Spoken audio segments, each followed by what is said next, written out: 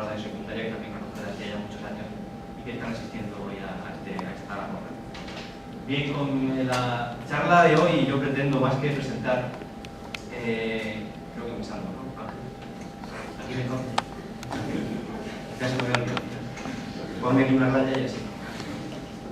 Bien, con la charla de hoy lo que pretendo más bien es antes de presentar, voy a presentar lógicamente el resultado de investigación del grupo y de grupos colaboradores de nuestro, pero también pretendo crear un poco de opinión, poner en polémica un poco el uso y la utilidad de los compuestos que conocemos como polifenoles, que como bien sabéis se encuentran de forma muy abundante en vegetales y que son hoy en día objeto de polémica, si se deben consumir más, consumir menos, si se deben consumir antioxidantes sí o no, en qué dosis y si, incluso si debemos suplementar los antioxidantes en la dieta aparte de lo que comemos a nivel diario.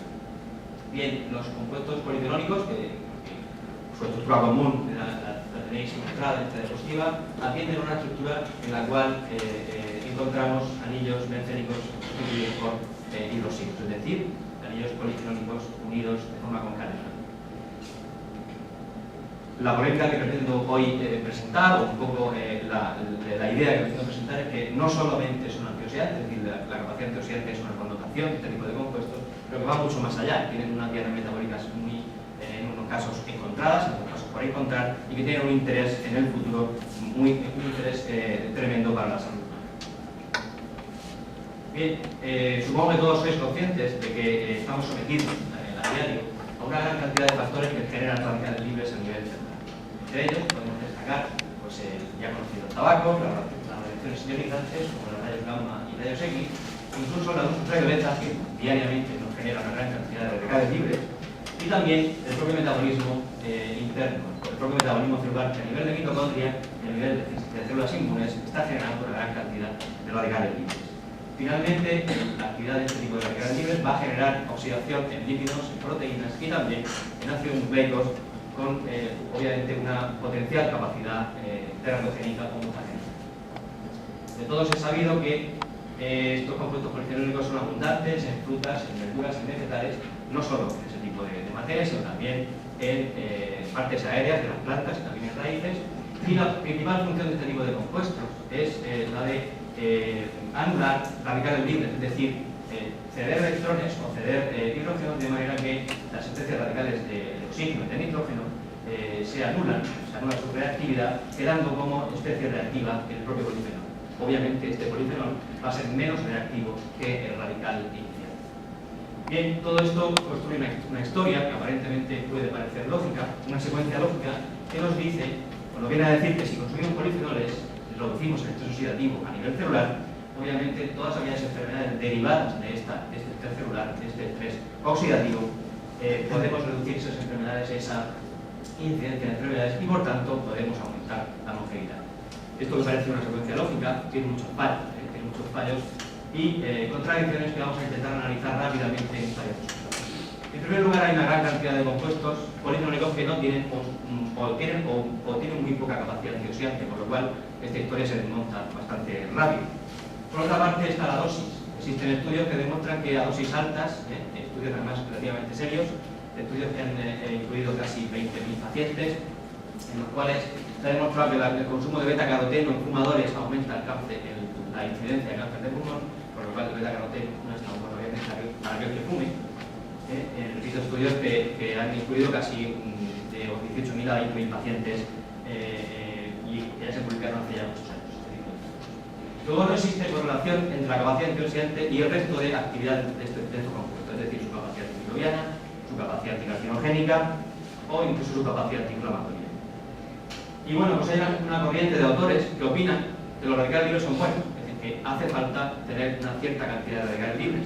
Incluso debemos estimular a nuestras células con un nivel basal de radicales libres para que nuestra respuesta celular adaptativa se lleve a cabo. Es decir, cuando nuestras células ven una determinada cantidad de radicales libres, lo que hacen es estimular la producción de enzimas antioxidantes, enzimas que a su vez nos protegen.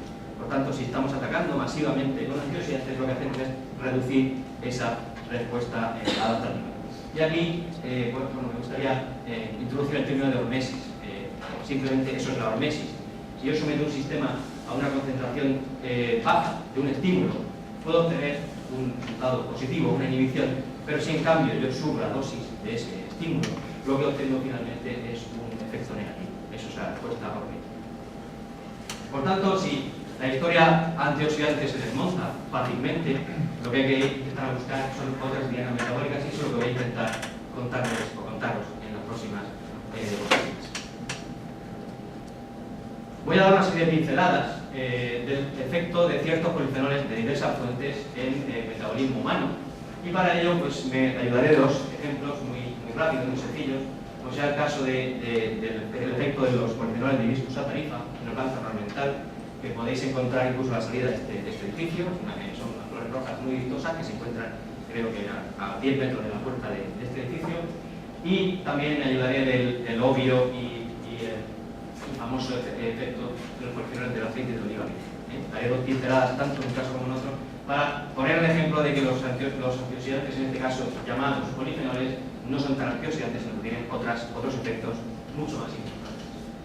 Estos epígrafes los voy a describir a continuación, por lo cual no me voy a detener ahora mismo en nombrarlos.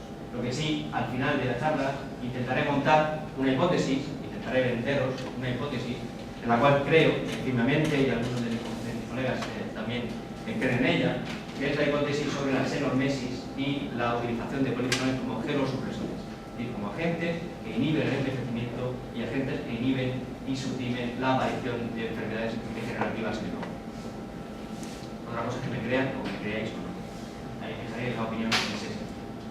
Bien, cuando uno estudia modelos de obesidad, el modelo más socorrido es utilizar adipocitos, células de tejido adiposo, las cuales se pueden crear, se pueden diferenciar en el cultivo celular a partir de una célula de fibroblasto. En ciertas condiciones, esa célula de fibroblasto genera un adipocito, una célula que su única misión es simplemente la de almacenar tejido graso, almacenar triglicéridos. Bien, pues este proceso de diferenciación se puede inhibir con ciertos compuestos y se puede asumir que esos compuestos que inhiben ese proceso podrían tener una posible aplicación en obesidad. Obviamente pueden existir en insulina. O bien, si cogemos cultivos de preadipocitos y los incubamos en presencia de cantidades crecientes de polifenoles de hibiscus satarifa, lo que observamos es que la cantidad de triglicéridos, que se puede determinar fácilmente en el cultivo celular, disminuye ostensiblemente, disminuye casi hasta su anulación. Por tanto, es un modelo sencillo en el cual podemos determinar que los polifenoles tienen un efecto mucho más allá del efecto antioxidante. Obviamente, aquí también se reduce el estrés oxidativo, también se reduce la inflamación, pero claramente se está reduciendo la acumulación de triglicéridos. Si uno va más allá en este sistema y se va hacia un modelo animal, un modelo hiperglicémico, son animales, ratones transgénicos que carecen del receptor de LDL, que cuando son alimentados con dieta grasa durante 10, 12, 14 semanas, pues aumentan considerablemente de tamaño y presentan una patología muy parecida a la arteriosclerosis. En estos animales, si alimentamos a estos animales con dieta grasa y agua, y otro grupo, los alimentamos con dieta grasa y polifenoles de hibiscus en el agua que están bebiendo diariamente, observamos una diferencia ostensible en el aumento de peso. Aquellos que han tomado hibiscus pues tienen casi un 15 o 20% menos de aumento de peso. Lógicamente también están más sanos, tienen menos esteatosis hepática, como veremos en la siguiente diapositiva, también tienen menos triglicéridos en plasma sanguíneo y obviamente la patología cardiovascular también es menor. En experimentos posteriores hemos realizado incluso la inclusión de otro, hemos tenido en cuenta la inclusión de otro grupo, que es un grupo en el cual en estos animales se les ha suministrado una dieta normal, completamente normal, y también han tomado, en este caso, agua. Otro grupo con dieta grasa y agua, que ya lo teníamos antes con anterioridad, y un grupo con dieta grasa y polifenoles de hibiscus. La idea es ver si en estas condiciones somos capaces de revertir lo que ocurre aquí, cuando el animal no está tomando absolutamente ninguna dieta grasa. ¿De acuerdo? Repito, dieta normal con agua, dieta grasa con agua y dieta grasa con hibiscus. Bien, los resultados son manifiestos y después de 12-14 semanas lo que se observa es que los ratones que toman dieta grasa tienen un hígado bastante graso, pues todas esas vesículas blancas son simplemente la existencia de grasa en el hígado, es una manifiesta esteatosis hepática, mientras que los que no han tomado grasa pues tienen un hígado bastante normal, pero los que han tomado hibiscus y grasa tienen un hígado completamente normal, parecido a los controles. Y Y eso se demuestra simplemente determinando el grado de esteatosis hepática, que se puede determinar por microscopía, pero también observamos que los triglicéridos en hígado y el colesterol han disminuido casi a niveles normales. Por tanto, obviamente, va mucho más allá de la actividad de la simple capacidad antioxidante. Claro, uno siempre se intenta explicar el mecanismo de este tipo de actividades, no solo ver manifiestamente una serie de observaciones en la patología, observaciones histológicas, pero intenta explicar a qué se debe este fenómeno. Bien, para ello nos centramos obviamente en proteínas o en enzimas que estaban involucradas en el metabolismo energético. En este caso estudiamos la FAS, la sintasa de ácidos grasos, que es la enzima que se ha encargado e interviene en el proceso de síntesis de ácidos grasos. Y también la MPK, porque es una enzima central en el metabolismo energético. Es una enzima una proteína que interviene como interruptor en el metabolismo energético. Es la que decide en un momento dado si ese metabolismo se dirige hacia degradación o si ese metabolismo se dirige hacia síntesis. ¿De acuerdo? Repito, es un punto crucial de regulación del metabolismo. Nos referimos otra vez a los mismos tres grupos de animales: dieta normal y agua, dieta grasa y agua, y dieta grasa y polifenoles diviscos. En este caso, los resultados que se obtienen pues son los que les voy a mostrar, o os voy a mostrar. En primer lugar, la MPK, que se activa cuando se fosforila, ahí la P significa que se ha fosforilado esa enzima y se activa, repito, por fosforilación, aumenta claramente su expresión. Por otra parte, la sintasa de ácidos grasos disminuye su expresión y también, obviamente, no solo el mensajero, sino también la proteína en sí. Es decir, con estos polifenoles lo que estamos haciendo, por el efecto manifiesto que se ve en las células hepáticas, es que sintetizan menos ácidos grasos, también sabemos que sintetizan menos colesterol, pero no lo mostramos la diapositiva, y al mismo tiempo estamos activando la MPK. Por tanto, parece ser que activar la MPK en una patología cardiovascular, una patología hepática de grasa, es positivo. Bien, voy a cambiar de tercio completamente, porque ahora voy a pasar a otro tipo de polifenoles completamente distintos, como son los polifenoles del aceite de oliva. En este caso, me apoyaré en los resultados de mi colega, y sin embargo amigo, siempre se puede decir eso, colega y sin embargo amigo, el doctor Javier Menéndez, el cual allá por el año 2005, en Estados Unidos, en sustancia en el extranjero, pues describió un fenómeno bastante curioso.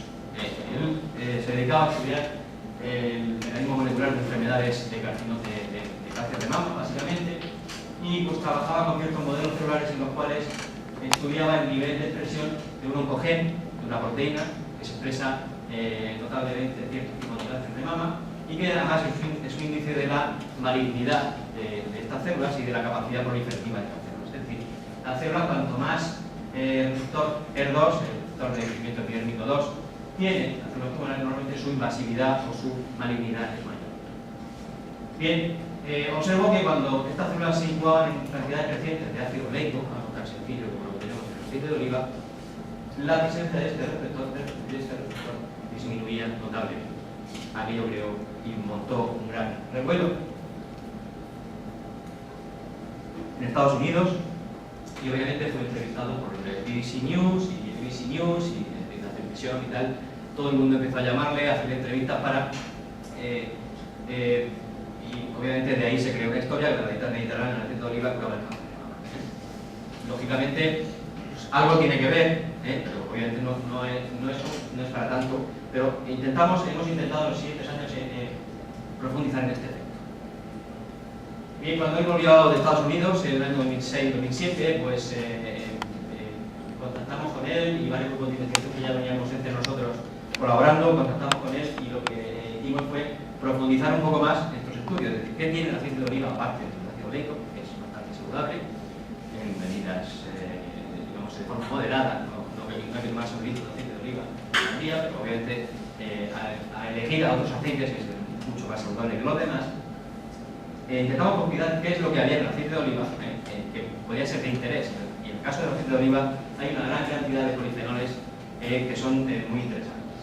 Si uno hace una prensa en frío de aceituna directamente, sin calentar, sin nada, pues obtiene un producto que es lo que ustedes conocen o lo conocéis como aceite de oliva virgen extra, y ese aceite de oliva virgen extra que veis en la diapositiva como EVO, en este caso, pues ese aceite de oliva virgen esta tiene una gran cantidad de polifenoles en los cuales, o entre los cuales, hay una mayoritaria presencia de los secondinoides. Estos compuestos, con este nombre tan extraño, atienden a estructuras parecidas a un compuesto o similares a un compuesto que se denomina poliureteína, que son derivados de cauloroteína, que es el principal responsable de cuando mordemos una hoja de olivo o mordemos una aceituna sin curar, pues tenga un sabor asqueroso, por decirlo así, astringente.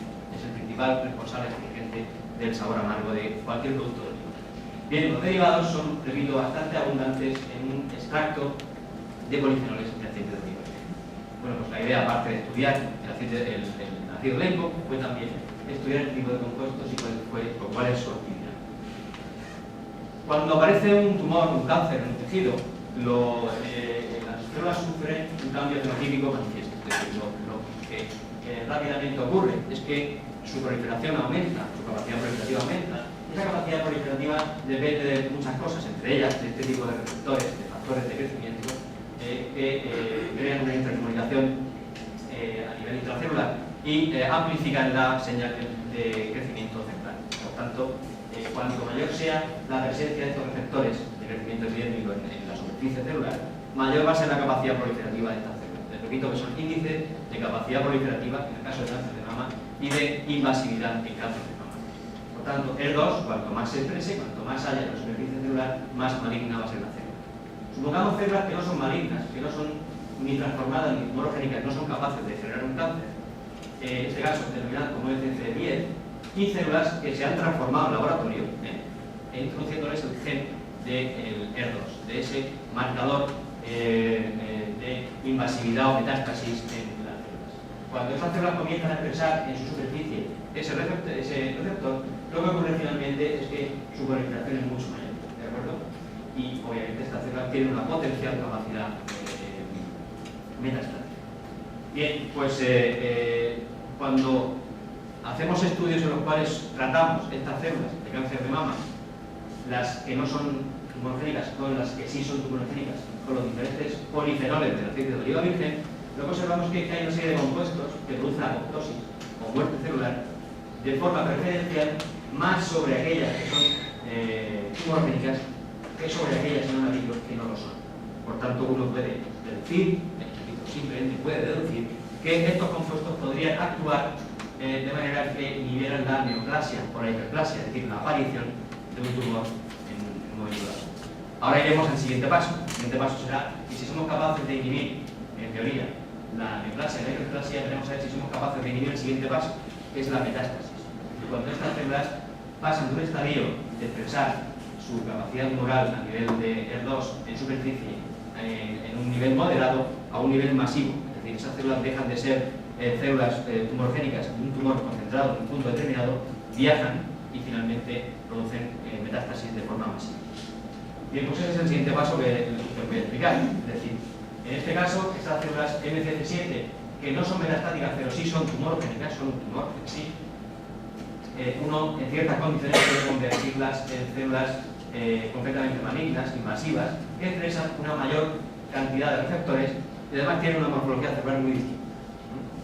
En este caso, estos mismos polifenoles de olivo, de aceite de oliva virgen, y además con mucha mayor actividad en los secondinoides, son capaces de inhibir todavía con mayor actividad o de producir apoptosis o muerte celular en células metastáticas, en células tumorogénicas. Esto nos lleva a inducir, simplemente inducir o demostrar que este tipo de compuestos inhiben, además de la aparición de neoplasias, aparición de tumores, el siguiente paso, que es la progresión o la aparición de una metástasis de un cáncer. Obviamente esto para demostrarlo hay que irse con los animales, ver si funciona, y de ahí hay que irse finalmente a una fase clínica, en la cual obviamente todavía queda mucho por el que... Bien, voy a cambiar completamente de tercio en cuanto a la actividad, pero voy a seguir en el objeto que teníamos, el objeto de los polifenoles de aceite de oliva virgen. Otra de las particularidades de las células tumorales es su capacidad pluripotencial. Es decir, las células tumorales son capaces de generar nuevos tejidos, de diferenciarse en nuevos tipos celulares, porque tienen capacidad pluripotencial y mucho más las células madre tumorales, que son las que tienen una capacidad de diferenciarse en diversos tipos celulares. En cambio, las células, por ejemplo, de nuestra piel, son células muy diferenciadas, son incapaces de convertirse en otra cosa, de ir hacia atrás en la pluripotencialidad. En este caso, hay experimentos de laboratorio en los cuales una célula epitelial, si se incuba en ciertas condiciones, si se trata en ciertas condiciones, con ciertos factores de crecimiento, como el TGF-beta, lo que conllevan, lo que producen es una desdiferenciación. Es decir, la célula pasa de ser una célula muy poco potencial, solamente vale para epitelio, a ser una célula desdiferenciada, una célula mesenquimal.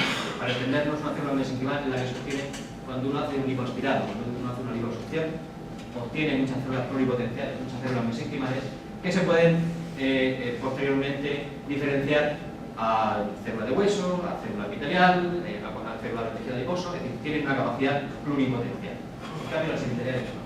Este proceso se puede reproducir en el laboratorio y aquí lo que se indica es, en color verde, una proteína característica de epitelio, que es la caderina, que es una molécula de adhesión entre células y que se pierde con la desdiferenciación. Bien, si ese mismo proceso lo llevamos a cabo en presencia de polifenoles de aceite de oliva virgen, lo que se obtiene concretamente, estos dos icosanoides, lo que hacemos es inhibimos completamente la desdiferenciación. Y esto, digamos en palabras rimbombantes, se denomina inhibir la transición epitelio-mesenquimal. Es decir, impedimos que las células pasen de una forma, de un estatus o fenotipo diferenciado a un estatus desdiferenciado, por célula posible madre pluripotencial, que sería la responsable de producir un tumor en un momento dado. Así que hay que tener mucho cuidado con aquellos agentes que producen rejuvenecimiento. Aquellos agentes que producen rejuvenecimiento pueden ser una doble filo, pueden rejuvenecer o pueden desdiferenciar una célula y convertirla en una célula pluripotente. Bien, y si tengo tiempo, creo que sí, señor moderador. Un minutito. Me gustaría plantearos una teoría, que es la teoría de la xenormesis. Hemos hablado de la hormesis al principio de la charla, y obviamente la xenormesis es algo inmediato, es decir, que es un estímulo externo que provoca en un organismo una respuesta hormética. Es decir, si consumimos una determinada sustancia externa, en este caso sustancias que vienen de plantas, va a producir una respuesta hormética si la consumimos a bajas concentraciones, va a producir un efecto positivo. Y eso es lo que postulamos, o se postula, ya postuló hace algún tiempo, David Sinclair, en un set que publicó en el año 2008, que los polifenoles podían actuar como xenorméticos, es decir, nosotros consumimos polifenoles, esos polifenoles se han producido en una planta como consecuencia de un estrés hídrico, estrés solar, ataques a patógenos, le confieren a la planta una protección, un efecto beneficioso, y esa protección, ese efecto beneficioso se transmite al organismo que se come obviamente a la planta, en base de plantas, herbívoros y mamíferos. Es una teoría muy bonita y que lo único que tiende a reflejar es que hay una intercomunicación entre especies. Es decir, la teoría xenormética lo que intenta explicar es que hay una comunicación entre especies, interespecie, de una respuesta beneficiosa desde las plantas hacia el hombre. Muy brevemente, para explicar esta teoría xenormética, este diagrama creo que es bastante ilustrativo. Si tenemos una situación de recursos muy abundantes, los individuos se van a seleccionar exclusivamente por su reproductividad. Aquel que es el más reproductivo, pues habrá más individuos de esa especie. En cambio, si tenemos una situación de estrés, en la cual hay muy pocos nutrientes, pocos recursos naturales, unos organismos van a consumir esos polifenoles, esos compuestos producidos por las plantas, pero otros no. Cuando llegue la situación extrema de recursos de crisis total, como la que tenemos ahora, lo que va a ocurrir va a ser que estos de aquí mueren, fallecen, mientras que los que han comido esos polifenoles son los que se mantienen, y cuando vuelven de nuevo los recursos naturales son los que vuelven a repoblar el ecosistema o el ecosistema. Repito, sí, no deja de ser una teoría, pero que bueno, hay muchos indicios a nivel incluso molecular y a nivel evolutivo que apuntan hacia la veracidad de esta teoría. Y por último, con esta diapositiva que es un poco compleja, espero que no sea tanto a la hora de entenderla, me gustaría poner de manifiesto la teoría de la xenormesis en relación con la actividad de los polifenoles como xerosupresores, es decir, agentes que son capaces de impedir o de paliar los factores del envejecimiento. Y para ello no me queda más remedio que nombrar otra enzima, otra proteína que también tiene nombre raro, AMPK, que es un nombre extraño, esa dependencia de mTOR, pero mTOR también tiene un nombre incluso más extraño. mTOR es la diana en mamíferos de rapamicina.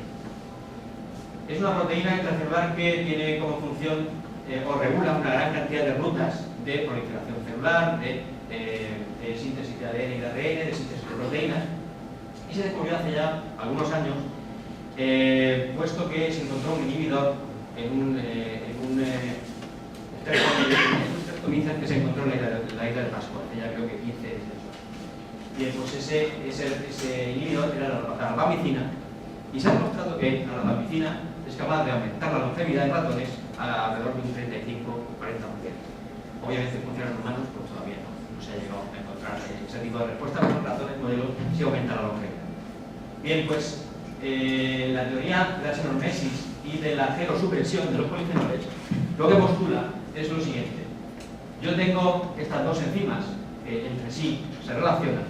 Cuando se inactiva AMPK se activa mTOR, y al contrario, cuando activo AMPK inactivo mTOR, que funcionan de esta manera en las primeras etapas de la reproducción y del crecimiento. Funcionan de forma correcta. Yo tengo que estar construyendo y sintetizando siempre en continua estatus de síntesis. Si esa situación se mantiene hasta el final de la vida, aquí ese efecto crea un efecto completamente contrario. Lo que crea es la aparición de enfermedades degenerativas, cáncer, osteoporosis, todas las serie de enfermedades que están asociadas al envejecimiento. Por tanto, en estos dos tipos celulares, células que se reproducen mucho, cáncer, células en crecimiento o células normales, hay una diferencia, como veis, de inactivación de MPK, activación de mTOR, o todo lo contrario, activación de MPK o inactivación de mTOR. Por tanto, se proponen dos tipos de sustancias. Sustancias que son capaces de inhibir a MPK y por tanto activan mTOR, que son geropromotores, son promotores de envejecimiento, pues glucosa, cualquier tipo de nutriente, insulina, factores de crecimiento, etcétera, citocinas, y gerosupresores, es decir, sustancias que lo que hacen es impedir el envejecimiento porque su actividad o su diana metabólica es activar MPK y por tanto se inhiba mTOR.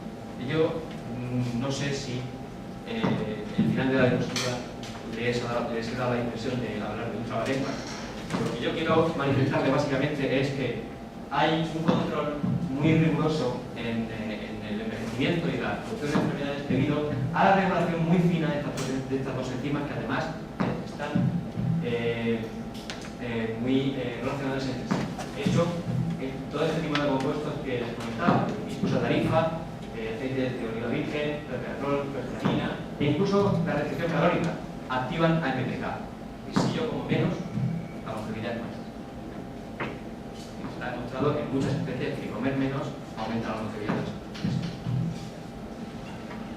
Las conclusiones no voy a entrar en ellas, puesto que básicamente es redundar en lo que os he comentado con anterioridad. Simplemente poner de manifiesto una cosa, un aspecto muy importante cuando uno trabaja con extractos vegetales y materias naturales, que cuando uno comienza a extraer de una planta y partiendo de una simple infusión, tiene una determinada actividad biológica, un efecto beneficioso del que sea en este caso. Cuando uno se pone o continúa purificando este tipo de materias vegetales, la actividad aumenta, pero aumenta siempre hasta un punto en el cual comienza a decaer. Si yo tengo un extracto vegetal, comienzo a purificar, cuando llego al 40-50% de purificación, empiezo a perder cosas, empiezo a perder compuestos, empiezo a perder elementos y la actividad que es máxima en este punto disminuye. Obviamente este punto coincide con el punto de sinergia, en el cual hay varios compuestos actuando en varias dianas metabólicas. Y si purificamos y eliminamos alguno de ellos, lo que ocurre es que finalmente disminuimos la actividad. Eso se denomina sinergia o actividad multifuncional y ya lo describió Mark Twain hace ya más de 100 años. Simplemente no me gustaría acabar sin agradecer a los grupos de investigación que están implicados en este tipo de desarrollo de otros más que espero contarles en el futuro. Muchas gracias.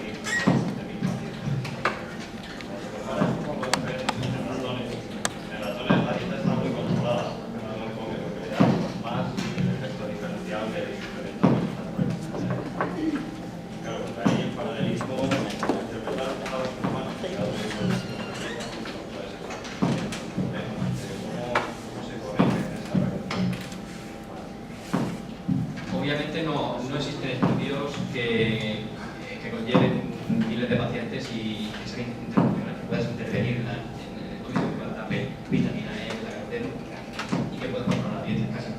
El estudio que yo comentaba, el ABTS, que se realizó sobre 18.000, 20.000 pacientes, fue un macro estudio, de los pocos que se han hecho hasta la fecha, y bueno, pues se le da unas características a los pacientes, pero luego cada uno podía comer lo que quería, era muy difícil tener otros recursos. Lógicamente ya hay estudios en los cuales se puede controlar la dieta, unos números más reducidos, y lógicamente lo que sí se puede controlar la dieta son los estudios principales. Cuando uno se presta a hacer un estudio, incluso si hace uno un estudio epidemiológico, obviamente controla los parámetros de la dieta, de la información de la enfermedad psicológica, pero lógicamente la extrapolación de estudios en animales, modelos in vitro y animales a humanos, siempre cuenta con la dificultad de controlar otros aspectos, porque claro, si no conocemos bienoles, estamos viendo ensalada, estamos viendo frutas, de uno come más que otro, entonces a quién le echa la culpa de eso, es la dificultad. Yo otra curiosidad que tenía, cuando cada los estudios con ratones, a veces no le prueba cantidad cómo sería eso a escala, o sea, esa misma dieta a escala humana que equivalente a energía. Oye, pues esto sería equivalente a que un humano hace 5 tazas de percusión de hibiscus al día, para tener una idea de cuánto realmente se está dando. La dieta grasa de los ratones hiperlipémicos puede ser perfectamente equivalente a estar comiendo en un comedor colectivo o en una clarísima asuste. Un comedor colectivo o una dieta típica de cafetería durante muchos meses. Obviamente es un animal transgénico, es un animal que tiene una... nadie vaya ahora a decir a Ramón, oye, que han hecho Vicente Nicoleta. Cuando digo dieta de cafetería, digo entre comillas. Pero que obviamente comer fuera de casa todos los días con una dieta no controlada, con aceite ese que es líquidos en casa, y lógicamente en este caso los ratones, aparte de ser hiperlipémicos, que tienen los lados en el sector, lo que ocurre es que además se les ha suplementado con cantidad de por tanto, podría ser dieta parecida a la de muchas personas hoy día. También es prácticamente extrapolable, lo que pasa que obviamente no es un uso de la gente, pero ese tipo de dieta es trasladable a lo humano de los humanos. ¿Alguna otra pregunta? Muy bien, gracias. Paso ya a otro tema.